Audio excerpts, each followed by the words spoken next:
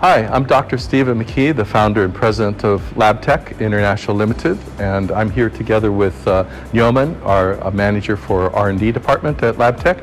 And today we're going to share with you a new product that we have coming out in the top of the line part of our training program for automotive technology. And this is about hybrid vehicles. And today we got a very, very special project for you, one that you're unlikely to see anywhere else in the world. Labtech has developed this with Toyota, and so we're presenting to you Toyota Prius Generation 4 sectioned and cut in all of its glory. And so this is an amazing piece of kit here that we have also connected to a computer that will be showing some digital animation up here. And so today we're going to run through this as a quick demonstration video between Nyoman and I of what we're doing. So Nyoman, can you turn this on for us, please? Sure. We have the control panel here. This to control everything actually, the software and also all the parts in the vehicle. So as you can see here, this is in Bahasa, Indonesia, because this is going to go into a Toyota Experience Center in Jakarta where the public can be educated about hybrid vehicles. How does a hybrid vehicle function? What is the technology? Why is this important to you as a consumer? What does a hybrid vehicle offer for us, the advantages? And so part of understanding those advantages is understanding the technology that goes with this. And it's complicated. Hybrid vehicles are the most complicated vehicles on the road ever. It's the only one that combines mechanical and electrical items in it. And the control in the interface is quite astounding. So we have here a diagram. What we're mimicking out here is first let's change the language. We're going to put this to English now. Now it's in English, as you can see. And we have a digital rendering of the Prius Generation 4 here, which has been done by our digital department, right? Right, yeah. And here we have modelers and we have scanners. So we've been scanning in the 3D parts. We've also been modeling them and animating them. And the digital modelers have created this 5 different states of operation are the common ones. This is the easy way to understand this. And so the first is the steady on state.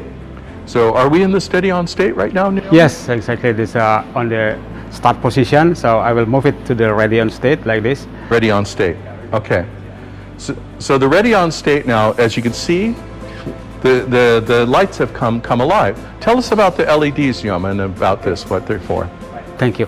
So basically, as we have seen on the 3D modeling of the Toyota Prius, basically they have high voltage battery over here. There's this one. This is the battery, and it is here. And then we have other components here. There's we call it power control unit. Yeah, that one. And then we also have the motor generator 2, and then motor generator 1, and then the power split device or PSD. Yeah, that one. And then also the engine. Yeah, that's the engine. So that's actually the main components of the Toyota hybrid. So you're saying that it's got one engine. This is a petrol engine in this case, exactly right? Right. And we have 2 electrical motors, exactly right. So yeah. what are the difference between these 2 motors? Why do we have 2? Why not just 1? Yeah, very good question. So there are 2 motor generator. It is a motor and also can be used as a generator. So the motor generator 1 is actually the motor generator. From the picture we can see it is connected directly to the engine. So it is used to start the engine actually. So this hybrid car doesn't use special starting motor. There's no starter motor. Yeah, it is the starting motor. It is the starter motor. It is the starter motor. So that's the MG1. And the MG2 actually is the main motor. The main motor of the hybrid system, which is used to drive the wheels during the low speed and also during the full acceleration. And also the MG2 also very important during the braking, because it used to regenerate the power from the wheels, the energy from the wheels to be reused to charge the battery. That's amazing. So, yeah, so we'll see how these things work as we go through these modes then. So, okay, let's try the first mode to see what happens. So we have low speed. So we have a touchscreen control, by the way, because this is the period of COVID. And so this is a no-touch display here. which is Right. pretty interesting. So, okay, you can see that this is flashing. We're now in low speed here. So this is when you are just moving at what is low speed? Under what? How fast? So the low speed actually in the Toyota hybrid, it uses the power from the battery. Right. The energy from the battery. From the battery over here. From battery over here. So we can hear this, the energy flow from the battery is directly to the PCU and drive the MG2 to drive the wheels. While during the low speed we use the battery. So, sorry, this is also the simulation of the rotation of the wheels. So during the low speed, the hybrid car uses the battery because during low speed the engine actually not very efficient. The torque of the engine is low actually during the low speed. So that's why the motor is more because useful. if you have a power torque curve for a motor at Exactly. low speed, it's not very efficient. It's Right. only when you get up to 2,000 or so RPMs and above, it takes off. That's why we have transmissions. Exactly, for right, that. exactly. So and that's why electric vehicles are much more efficient. They don't have transmissions, do they? Yes, right, exactly. Because their torque curve is just flat. Right, yeah, exactly. So that's why during the low speed, it uses the power from the battery. So you get the best of both worlds then Yes, on here. right. And the extended range of having a petrol engine, Exactly, then. right. Cool. So the flow we can see from the battery is the green color from this. Go through the PCU and go down to the motor generator 2, MG2, and then goes to the wheels. Right. And there's a special device that when we take a close-up, you can't quite see it, but we have other sectioned items that show this of the, what we call in here, this PSD. And that takes power from everything, right, and transmits it to the wheels. Right, you're exactly right. So the PSD actually the power split device which combines the power from the engine, from the battery. It's very the most important part actually in the hybrid transaxle, because during the regenerative braking it used to transfer the energy from the wheels to the motor generator too. Right. But especially during the normal speed when the engine is running, so it actually connect the engine to the MG1. Okay. So And that's why we see that shaft connecting yes, right. to the MG1 there. So it actually a kind of a CVT transmission. So it doesn't have a gear here to change gear first or second or third gear. So it's running like a CVT. Like a constant velocity transmission. So Exactly, that's yeah. about the closest thing we have, because this is unique to a hybrid vehicle, the That's PST, right, yeah, but yeah. it's kind of an evolution of a CVT. Yeah. Exactly, yeah. Oh, I right. see. Okay, interesting. So this is low speed. So in summary, low speed, we had the energy coming from the battery and powering the wheels, and this would be like you're going 5, 10, 20 kilometers an hour, not so fast, and you're not accelerating Yes, too much. yeah, right. Because the earlier versions of hybrids were known to be rather sluggish, and they didn't accelerate very well. But now that problem has really been overcome, where they can be quite quick, actually. And particularly the Generation 4 is fantastic vehicle. The hybrid call it EV mode. mode. EV modes, yeah. Right. And been developing where the future hybrids will be able to be plugged in and the battery charged up just like an EV. So they'll have slightly larger batteries in the future, and they could be more EV mode. Okay. So let's go then to the next one, which is full acceleration. Yes. Okay. After the low speed, usually we have to accelerate the car. To go faster, you want to pass somebody, and you want to take off then. Yeah. Yep. So this is we see call what it happens. acceleration. Yeah. Full acceleration mode. This is acceleration. Okay, so now we're in full acceleration mode. You see it's in this portion of the function. We can see the function of this. And you can see that now you're in accelerating mode where you have maximum engine power. And to do this, as I understand it, is it that the MG1 and the petrol engine comes to life? It's started by the MG1? Yes, exactly. Then, because it's not running yet. So that starts it, and then you got both of those power sources together. Is that what's going on? So show us on the engine here. from the lighting system, we can see here the energy flow. Energy comes from the battery. Still using the energy from the battery, right? Battery, and at the same time the engine is running to supply more energy, so it is actually double the energy, the power. So during this one, we can feel the very responsive acceleration, Right. very quick acceleration and very responsive. So there's the energy comes from the engine and also from Now, the modes of this is controlled by the power control unit, so it decides for you according to the program. So let's look at the lights on this again. Let's go back to low speed. So we'll go on to the low speed, and yes, it's low speed. okay, low speed. So the engine is now Yeah, on the lights there. power. And so point to that and during let's show this one, everybody that this is we can so feel this the is now very information. Boom. Okay, like that. So that's when that comes on, and that's what this interactive display is doing. We're relating what's happening theoretically and in an animation to the physical vehicle here, which makes this display just so amazing. I mean, it took me quite a while, my background is automotive, to really understand what the hybrids were about.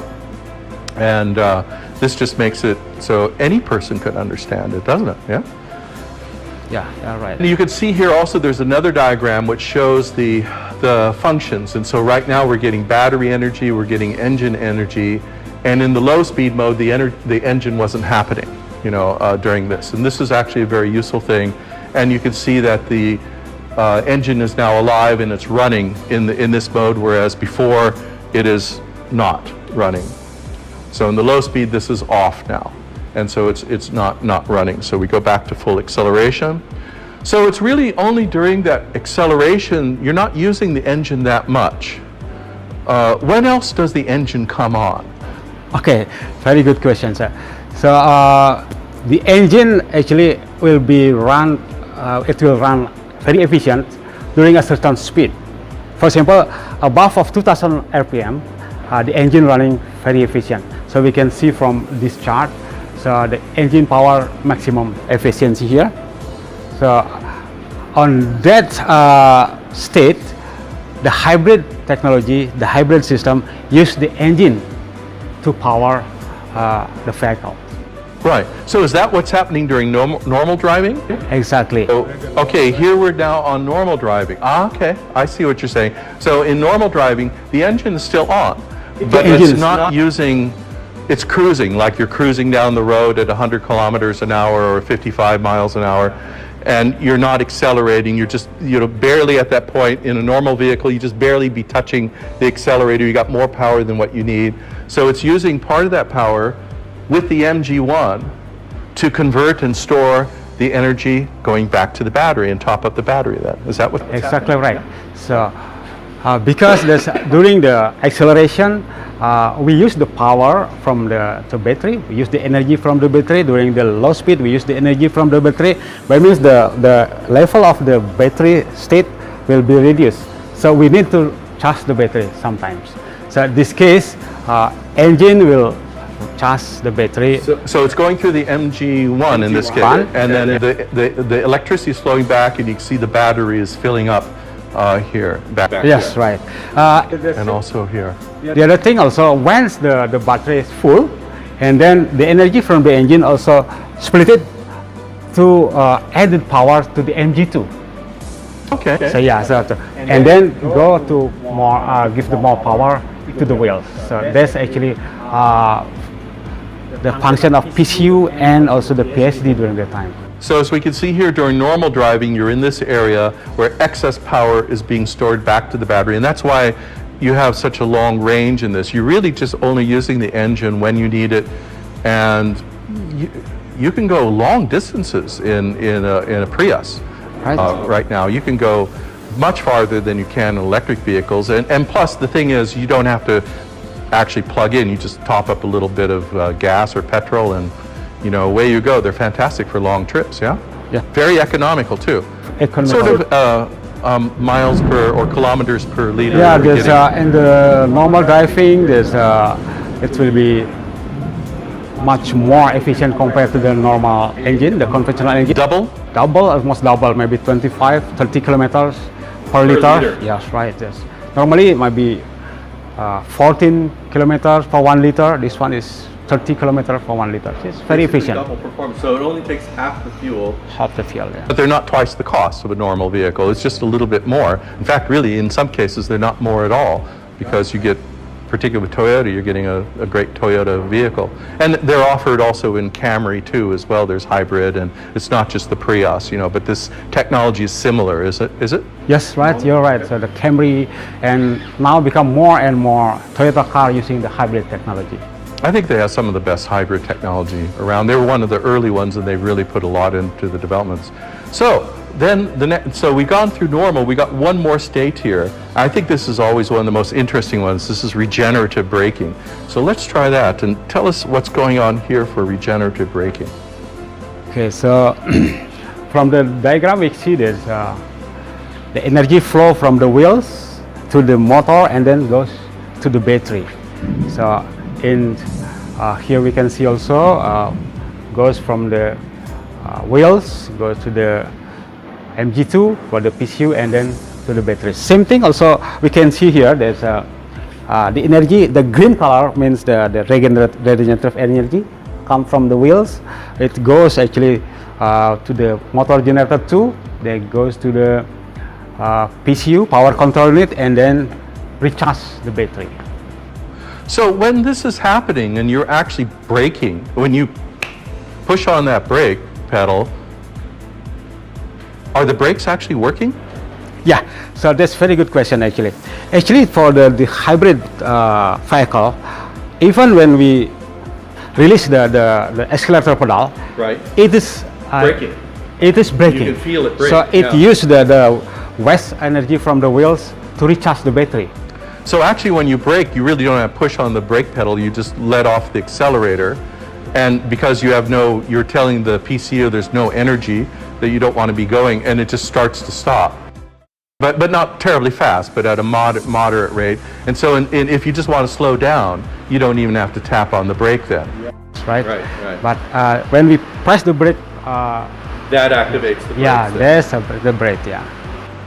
Very interesting. So you can see here that all that energy then is captured and then put back to the battery. And so it really captures a lot of the energy from stopping the momentum of the car and then putting it back into the battery again. Yeah, so the good points here actually, there is no wasted energy. So all energy is used. Yeah. It's a very green car, isn't it? Yes, really green. Yeah. Right. Very nice. Well, we've had a lot of fun doing this project together with Toyota. It's really pushed our R&D department, which is why Nyoman is here with me today to explain about this, to integrate in developing this beautiful system, which by the way is finished with a beautiful pearl finish on here that's absolutely iridescent. The camera doesn't do it justice. And then integrating in the control panels with the animations and with the vehicle here to make this fantastic educational experience is very interesting. So some of this technology also for our viewers that know Labtech and know that we do sectioned all types of sectioned items and simulations and simulators and testing equipment and training equipment for automotive, electrical, IT, electronics, air conditioning, refrigeration, renewable energies, green. In fact, this is part of our green. Yes, right. And automotive, both. But it uses everything. It's electrical, it's electronic, it's a computer on wheels, it's also automotive.